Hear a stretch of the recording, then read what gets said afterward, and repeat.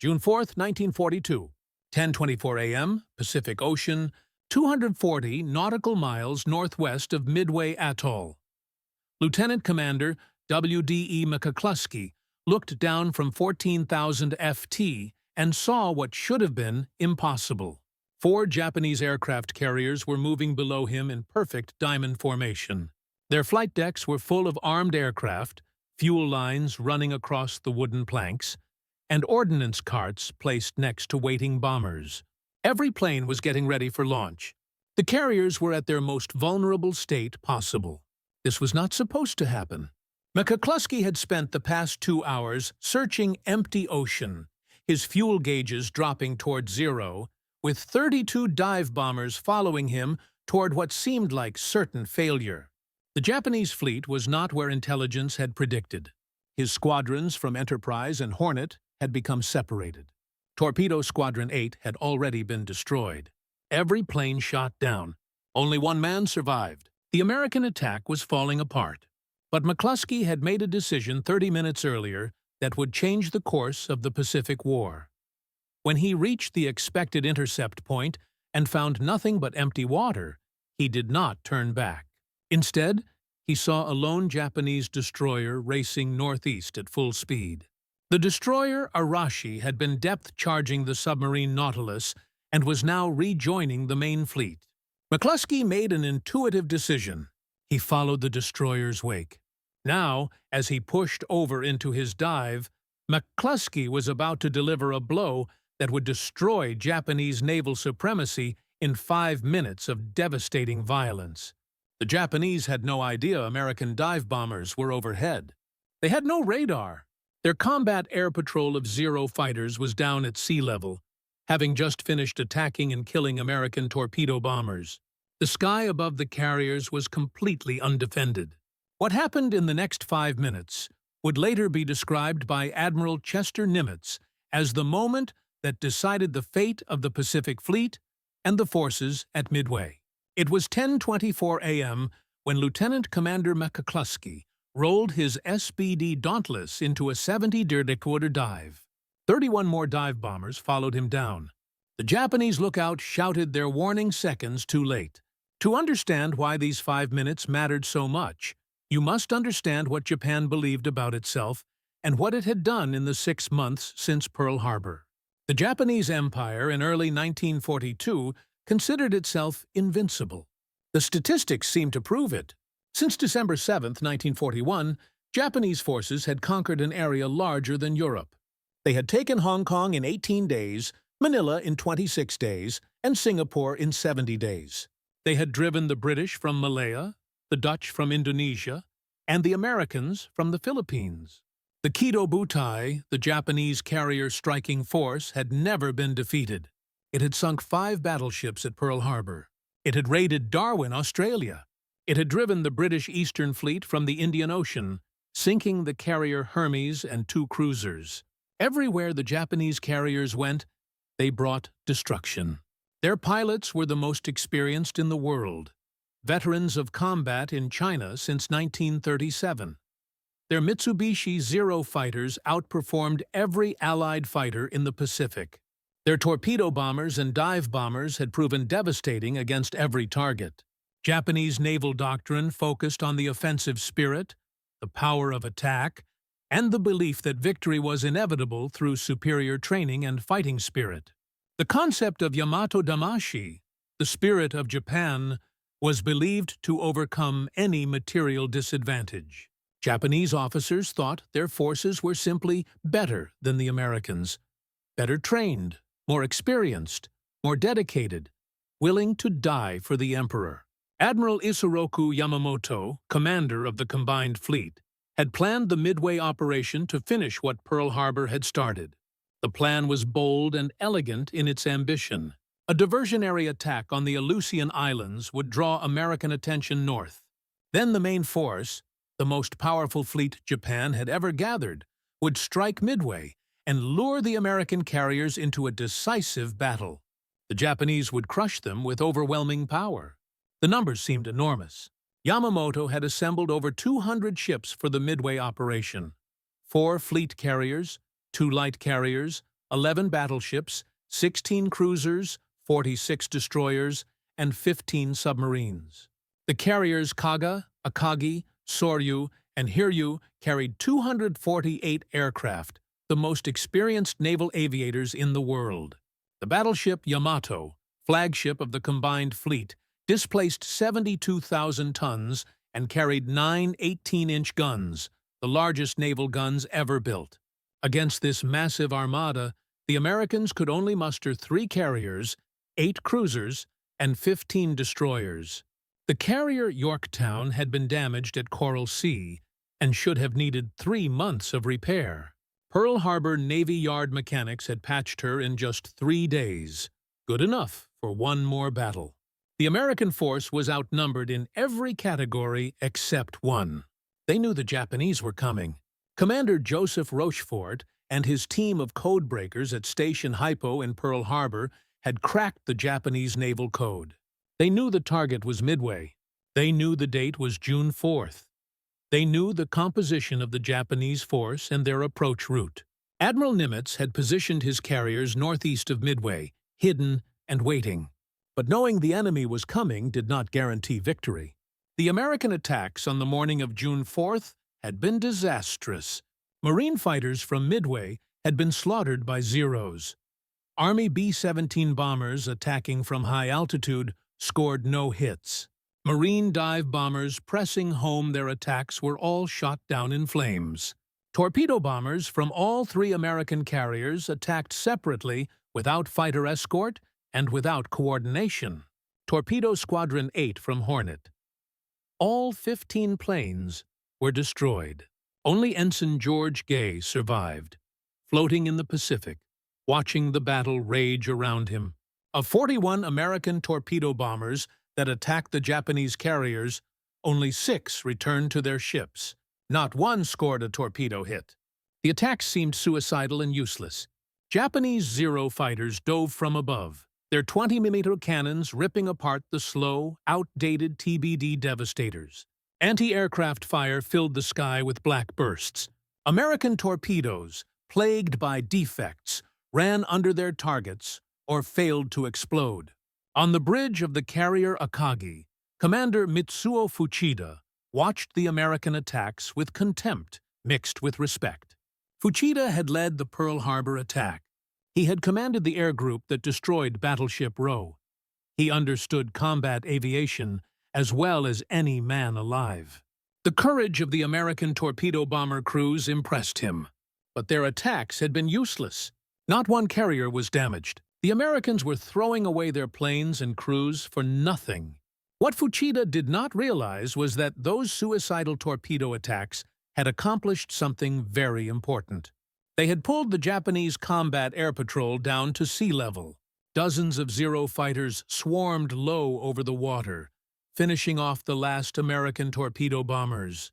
Every Japanese fighter was down low, their pilots focused on the immediate threat. No one was watching the sky above. At 10:20 a.m. on Akagi, Admiral Chuichi Nagamo gave the order to launch the counterstrike against the American carriers. Japanese scouts had finally located the American fleet. Nagumo was going to destroy them. On Akagi's flight deck, 36 aircraft sat in launch position, engines warming, dive bombers and torpedo bombers, all armed and fueled, ready to devastate the American carriers. On Kaga, 30 planes waited. On Soryu, another 21. The Japanese counterstrike force totaled 87 aircraft, enough to sink every American carrier. Admiral Nagumo was confident. His carriers had just repelled massive attacks. His pilots had shot down dozens of American planes. Now it was time to strike back. The big carriers began turning into the wind. Within 5 minutes, all planes would be launched. The destruction of the American carrier force would begin. Then the dive bombers arrived. Lieutenant Commander McCluskey's radio call was simple. Attack. He rolled into his dive at 10:24 a.m. Behind him, 31 more dauntless dive bombers pushed over. They fell from 14,000 ft at 260 metri, howling down at 70-degree angles. The Japanese had no time to react.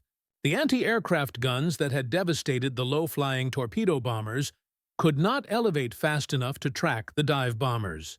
The Zero fighters were miles away and thousands of feet too low. The Japanese carriers, having just turned into the wind for launch operations, could not maneuver. They were perfect targets. At 2,500 FT, the pilots released their bombs, 500 lb armor-piercing bombs with delayed fuses designed to penetrate a ship's deck before exploding. The bombs fell for 4 seconds before impact. Those 4 seconds decided the war. The first bomb hit Kaga at 10:25 a.m. It struck just aft of the island superstructure. The explosion detonated aviation fuel and armed bombs on the flight deck. A second bomb hit near the forward elevator. A third hit the port side.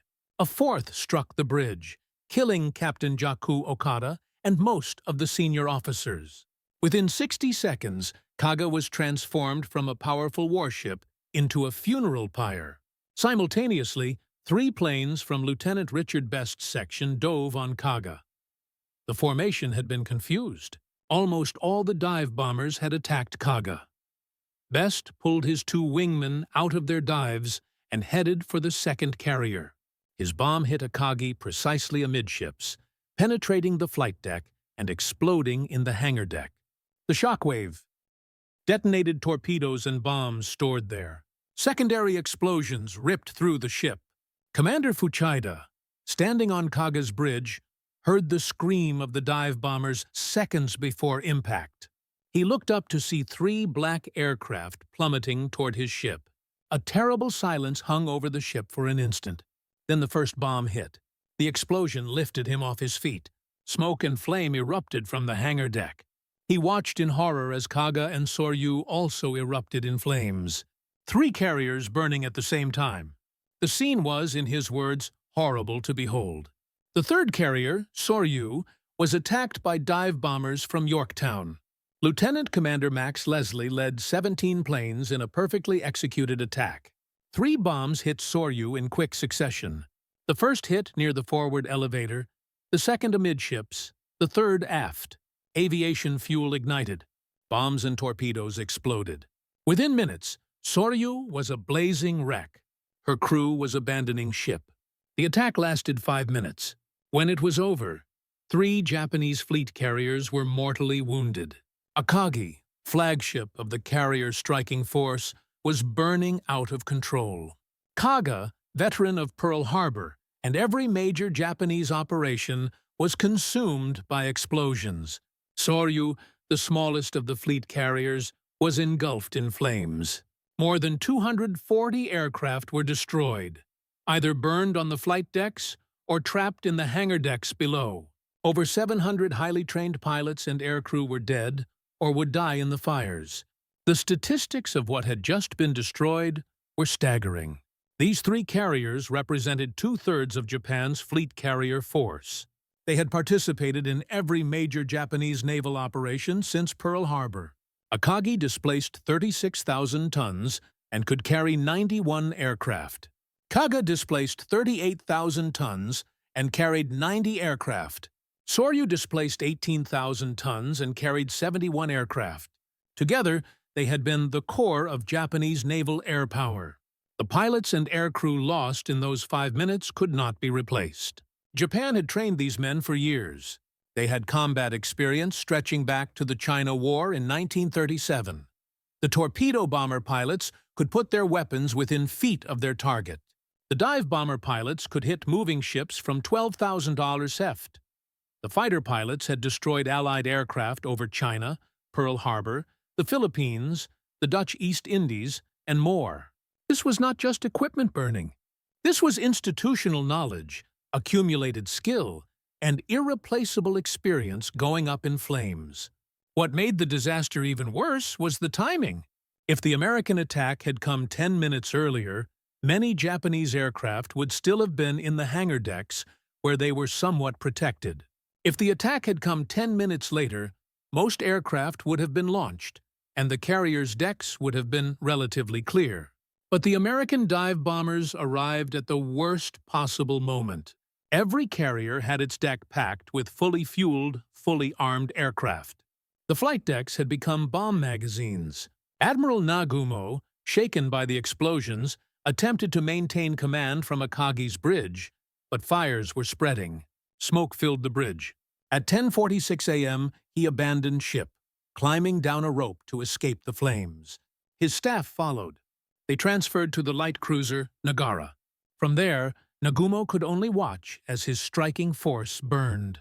On Akagi, damage control parties fought desperately. Captain Taro Aoki remained on the bridge trying to regain control of his ship, but the fires could not be contained. Explosions rocked the carrier as aviation fuel and ordnance detonated. The hangar deck became an inferno. Men trapped below decks died in the flames or jumped into the sea. The air officer looked back at Fuchida and said they would not be able to stay on the bridge much longer. Fuchida, already injured from an appendectomy before the battle, could only watch as the carrier that had carried the attack to Pearl Harbor died. 267 men perished aboard Akagi. Kaga's fate was similar. The multiple bomb hits had created fires that raged out of control. The carrier's damage control systems had been designed for single hits, not multiple simultaneous explosions. Water mains ruptured. Power failed. Communications between decks were cut. Men fought fires with no water, no power, and no coordination. The ship's list increased as water flooded lower compartments. By afternoon, the order was given to abandon ship. 81 men died aboard Kaga. Soryu suffered the fastest death. Captain Ryosaku Yanagimoto refused to leave his ship. His executive officer and others begged him to abandon the burning carrier. He refused. He would go down with his ship. Soryu's hull was relatively thin compared to the larger carriers. The fires burned through bulkheads more quickly. The ship developed a severe list. At 7:13 p.m. on June 4th, Soryu rolled over and sank, taking Captain Yanagimoto and 71 crewmen with her. But one Japanese carrier remained. Hiryu had been several miles north of the other three carriers during the American attack. She escaped the devastation. Rear Admiral Taman Yamaguchi, commanding Hiryu, immediately prepared a counterstrike. At 10:50 a.m., while the other three carriers burned, Hiryu launched 18 dive bombers escorted by 6 Zeros. At 1:30 p.m., Tuzmanhur to Sitsans, these aircraft found and attacked Yorktown, scoring 3 bomb hits that set her on fire and knocked out her boilers. Hiryu launched a second strike at 2:30 p.m. 18 torpedo bombers, escorted by 6 Zeros, found Yorktown at 2:45 p.m. and scored 2 torpedo hits. The damage was catastrophic. Yorktown took on a severe list. At 3:12 p.m., Captain Elliot Buckmaster ordered abandon ship. The carrier that had been patched up in 72 hours, which had contributed dive bombers to the strike that destroyed 3 Japanese carriers, was now dead in the water. But American revenge was swift. Scout planes from Yorktown located Hiryu. At 5:00 p.m., dive bombers from Enterprise attacked. 24 Dauntless bombers dove on the last Japanese carrier. 4 bombs hit Hiryu, 2 near the forward elevator, 2 amidships. The bombs started fires that quickly spread. Aviation fuel ignited. The hangar deck became a mass of flames. By 6:30 p.m., Hiryu was burning out of control. Her flight deck was a twisted mess of burning metal. Admiral Yamaguchi refused to leave his flagship. He and Captain Tomoko Kaku stayed aboard the burning carrier, choosing death over the dishonor of survival after defeat. At 2:30 a.m. on June 5th, Hiryu was scuttled by torpedoes from Japanese destroyers. Yamaguchi and Kaku went down with their ship along with 392 officers and men. The scope of the Japanese defeat was almost unbelievable. In one day of battle, Japan had lost 4 fleet carriers. All 4 veterans of Pearl Harbor, Akagi, Kaga, Soryu, and Hiryu, were gone. With them went 248 aircraft and about 3,000 men, including many of the Imperial Navy's most experienced pilots and aircrew. The striking force that had dominated the Pacific for 6 months had been completely destroyed. The psychological impact was shocking. Japanese naval officers had believed their training, their experience, and their fighting spirit made them invincible. They had conquered half the Pacific in 6 months. They had never been defeated in a major fleet battle. And now, in one morning, the core of their carrier force had been destroyed by a smaller American fleet. Commander Fuchida, recovering from his broken ankles aboard the destroyer that rescued him from Akagi, understood immediately what had happened. Japan had lost the war, not just the battle, but the war. The margin of naval air superiority that had allowed Japan's conquests was gone. The experienced pilots who could not be replaced were dead. The carriers that took years to build were at the bottom of the Pacific. Japan would never recover from this single day of losses. The contrast with American losses was clear. The United States lost one carrier, Yorktown, which had already been damaged and should not have been in the battle. The destroyer Hamon was sunk by a Japanese submarine while helping with salvage operations on Yorktown. Total American aircraft losses were 147 planes. Total personnel losses were 307 men. The exchange ratio was catastrophic for Japan. 4 carriers for 1, 248 aircraft for 147, about 3,000 men for 307. The real difference was industrial capacity. The United States could replace its losses. Japan could not. Yorktown was one of 7 American carriers in commission. 2 more, Essex and Independence, would be commissioned before the end of 1942. By the end of 1943, the United States would commission 13 fleet carriers and 9 light carriers. By the end of the war, the United States Navy operated over 100 carriers of all types, including fleet carriers, light carriers, and escort carriers. Japan could not match this production. Japanese shipyards could build perhaps 1 carrier per year under ideal conditions. The industrial base was too small. The resources were limited. The skilled labor was insufficient. Japan had begun the war with 6 fleet carriers and 4 light carriers. After Midway, 4 of the fleet carriers were gone. The 2 fleet carriers damaged at Coral Sea, Shokaku and Zuikaku, would not return to service for months. Japan's carrier force was crippled. The pilot losses were even more devastating. Japanese naval aviation training took years to produce combat-ready pilots. The standards were extremely high. The washout rate was severe. Japan had perhaps 1,500 highly trained carrier pilots at the start of the war.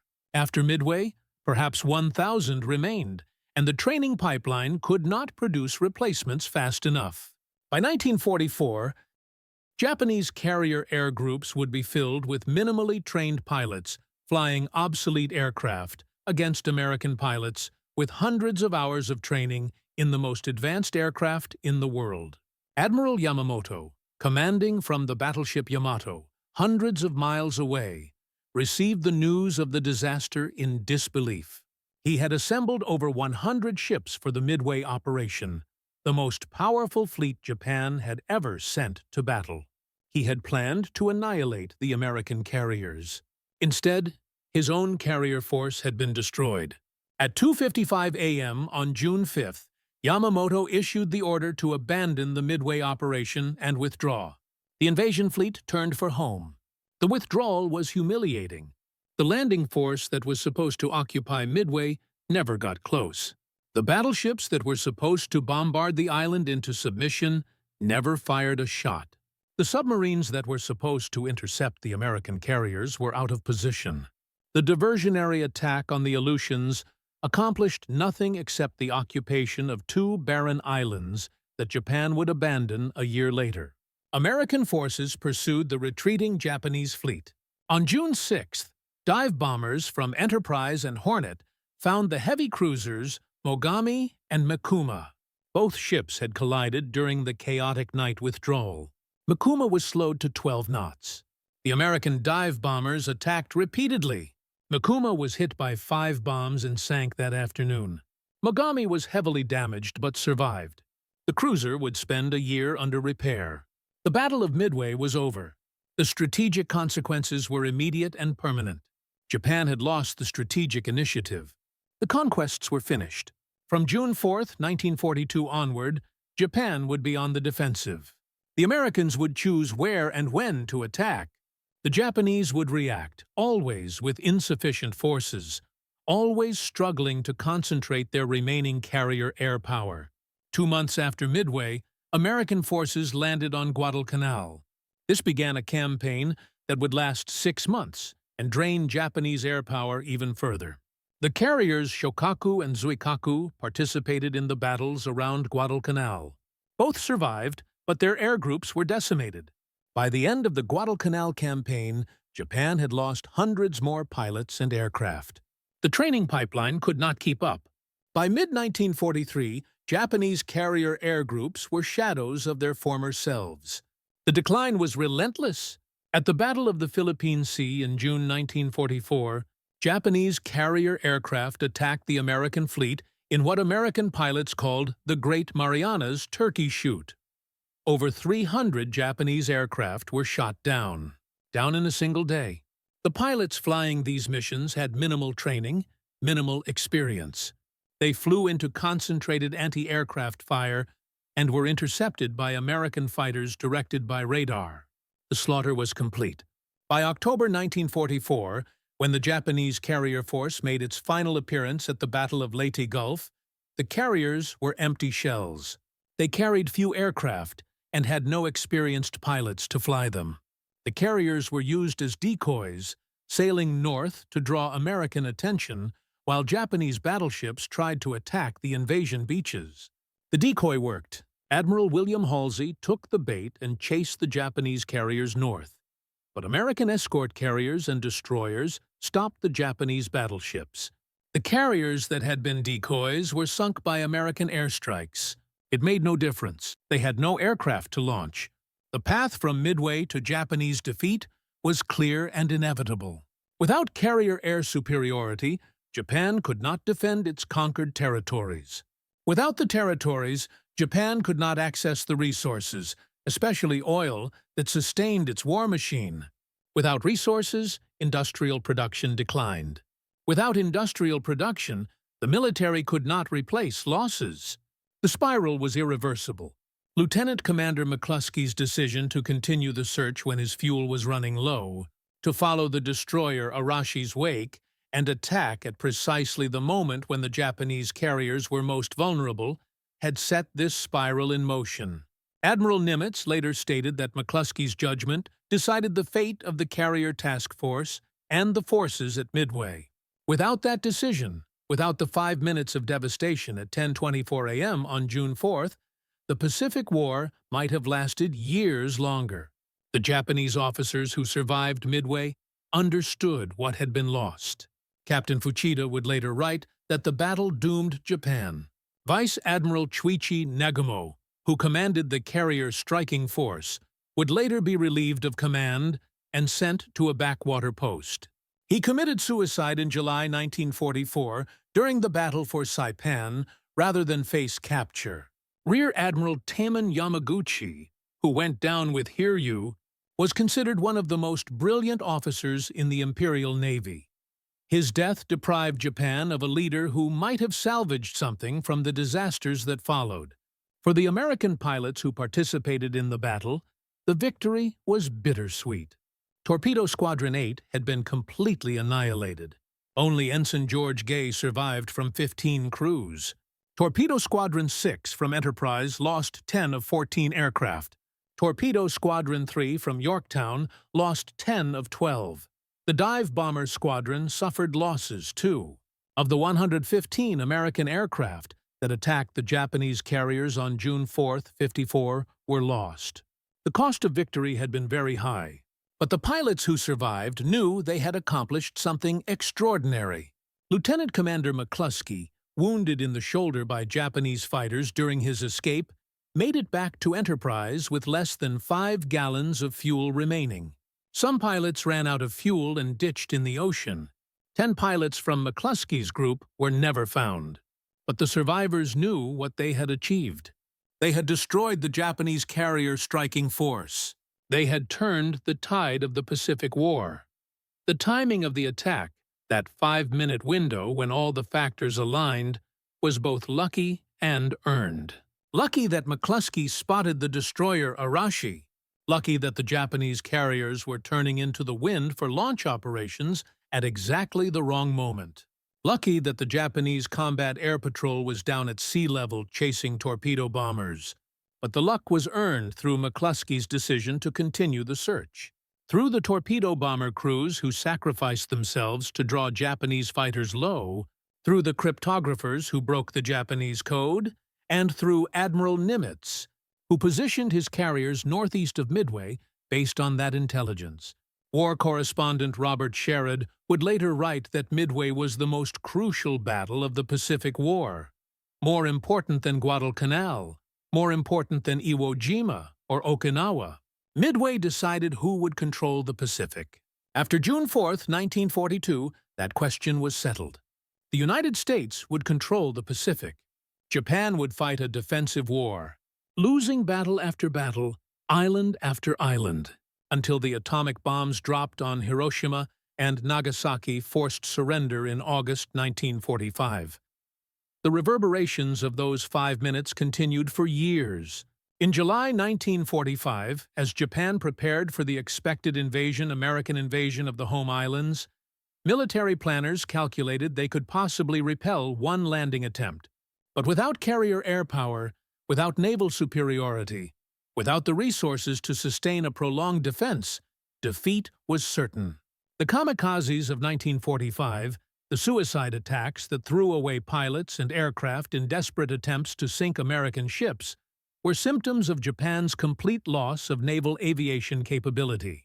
The trained pilots were dead, killed at Midway, and in the battles that followed. The desperate, barely trained pilots who replaced them could do nothing but crash their planes into American ships. Admiral Yamamoto, who had planned the Midway operation, never recovered from the defeat. He continued to command the combined fleet, but his health declined. He became increasingly fatalistic. In April 1943, American cryptographers intercepted a message detailing Yamamoto's inspection tour of forward bases. Admiral Nimitz authorized an assassination mission on April 18, 1943. American P-38 fighters intercepted Yamamoto's transport aircraft over Bougainville and shot it down. The architect of Pearl Harbor and Midway was dead. His death was a direct consequence of American code breaking. The same advantage that had enabled victory at Midway. The 5 minutes that began at 10:24 a.m. on June 4, 1942, demonstrated a fundamental truth of modern warfare. Industrial capacity matters more than fighting spirit. Intelligence matters more than operational planning. The side that can replace losses faster will win. The side that can read the enemy's plans will win. The side that can coordinate multiple forces, even when things go wrong, will win. Japan entered World War II believing that superior training, superior fighting spirit, and operational excellence would overcome American industrial advantages. Midway proved this belief wrong. American pilots, many of them fresh from training, flying obsolete TBD torpedo bombers, had died attacking Japanese carriers. Their sacrifice had achieved nothing directly, but they had pulled the Japanese combat air patrol down to sea level. They had set the conditions for the dive bombers to succeed. The system worked even when individual components failed. The Japanese system, for all its excellence in training and fighting spirit, could not adapt. When the carriers were hit, when the fires started, when the admiral had to abandon his flagship, the entire command structure collapsed. There was no redundancy. There was no depth. The carriers were lost not just to American bombs, but to vulnerabilities in their design. Aviation fuel lines ran exposed across the hangar decks. Bombs and torpedoes were stored without adequate protection. Damage control systems were inadequate. The carriers could deliver devastating attacks, but they could not take a punch. The contrast extended to strategic planning. Admiral Yamamoto's plan for Midway was complex, involving multiple forces attacking in sequence with diversions and feints designed to confuse the Americans. But complexity creates vulnerability. When the Americans knew the Japanese plans through code breaking, the complexity worked against Japan. Forces were divided. The battleships were too far away to support the carriers. The invasion force could not support the carriers. The Aleutian diversion drew away forces that might have made a difference at Midway. American planning was simpler. Admiral Nimitz positioned his carriers northeast of Midway. He waited for the Japanese to attack. Then he struck with everything available. The attacks were poorly coordinated. The squadrons arrived separately, but enough attacks succeeded to destroy the Japanese carriers. Simple planning executed imperfectly was more effective than complex planning that required everything to work perfectly. The lessons of Midway would shape naval warfare for the rest of the 20th century. Aircraft carriers would be the dominant capital ships. Battleships, for all their armor and firepower, were obsolete. The carrier that could launch airstrikes from hundreds of miles away would control the seas. The nation that could build carriers faster than they could be sunk would win naval wars. The United States built 115 carriers during World War II. Japan built 25. That ratio decided the Pacific War. The dive bomber pilots who attacked the Japanese carriers on June 4, 1942, could not have known they were participating in a hinge moment of history, a moment that would change the course of the Pacific forever. They were focused on hitting their targets, on surviving the anti-aircraft fire, on making it back to their carriers. Lieutenant Commander McCluskey, wounded and flying a plane full of bullet holes, worried about whether he had enough fuel to reach Enterprise. Lieutenant Richard Best, who had pulled out of his dive on Kaga to attack Akagi instead, worried about Japanese fighters pursuing him. Lieutenant Commander Max Leslie, who led the Yorktown dive bombers against Soryu, worried about the planes he had lost. But historians would later recognize that these men, in 5 minutes of combat, had accomplished what armies fighting for years could not. They had broken the back of Japanese naval power. They had shifted the momentum of the Pacific War. They had created the conditions for Allied victory. Admiral Nimitz would later write that the war might have lasted 3 more years without the victory at Midway. 3 more years of combat. 3 more years of losses. 3 more years of suffering. The Japanese pilots who died in the flames aboard Akagi, Kaga, Soryu, and Hiyu were as skilled and dedicated as any aviators in history. They had trained for years. They had combat experience few could match. They had executed flawless attacks on Pearl Harbor, Darwin, and other locations. But on June 4, 1942, they were caught on the decks of their carriers, unable to launch, unable to defend, unable to survive. Their skill and dedication could not save them from American bombs hitting their carriers at precisely the wrong moment. Commander Fuchida, who survived Midway despite his broken ankles, would spend the rest of the war as a staff officer. He would write the definitive Japanese account of the battle published in 1955 as Midway, the battle that doomed Japan. In his book, Fuchida acknowledged that the Americans had achieved complete surprise, that the Japanese carriers had been caught at their most vulnerable, and that the battle had decided Japan's fate. He gave credit to American intelligence for breaking the Japanese codes, which made the victory possible. Code to American pilots for pressing home their attacks despite devastating losses. To American leadership for positioning forces correctly. The 5 minutes that destroyed Japan's chance of winning began at 10:24 a.m. and ended at 10:29 a.m. In those 5 minutes, 3 aircraft carriers were fatally damaged. In the hours that followed, all 3 would sink. By the end of the day, all 4 Japanese carriers that had attacked Pearl Harbor would be gone. The striking force that had dominated the Pacific for 6 months was annihilated. Lieutenant Commander McCluskey returned to Enterprise with 52 bullet holes in his plane, a wound in his shoulder, and almost no fuel. He had made the most important tactical decision of the Pacific War. His choice to continue the search, to follow the destroyer's wake, and to attack when the opportunity presented itself had changed history. He would receive the Navy Cross for his actions. But he never claimed to be a hero. He said he simply did his job. That modesty characterized the American response to Midway.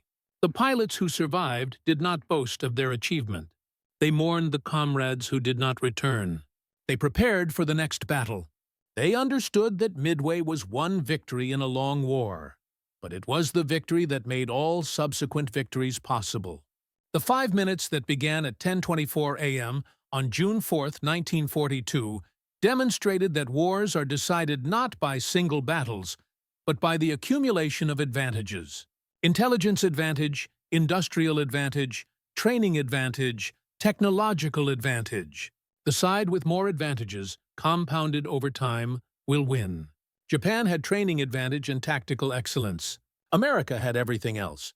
Those 5 minutes made that difference brutally clear. From that day forward, Japan fought a defensive war it could not win, and the Pacific War would never be the same.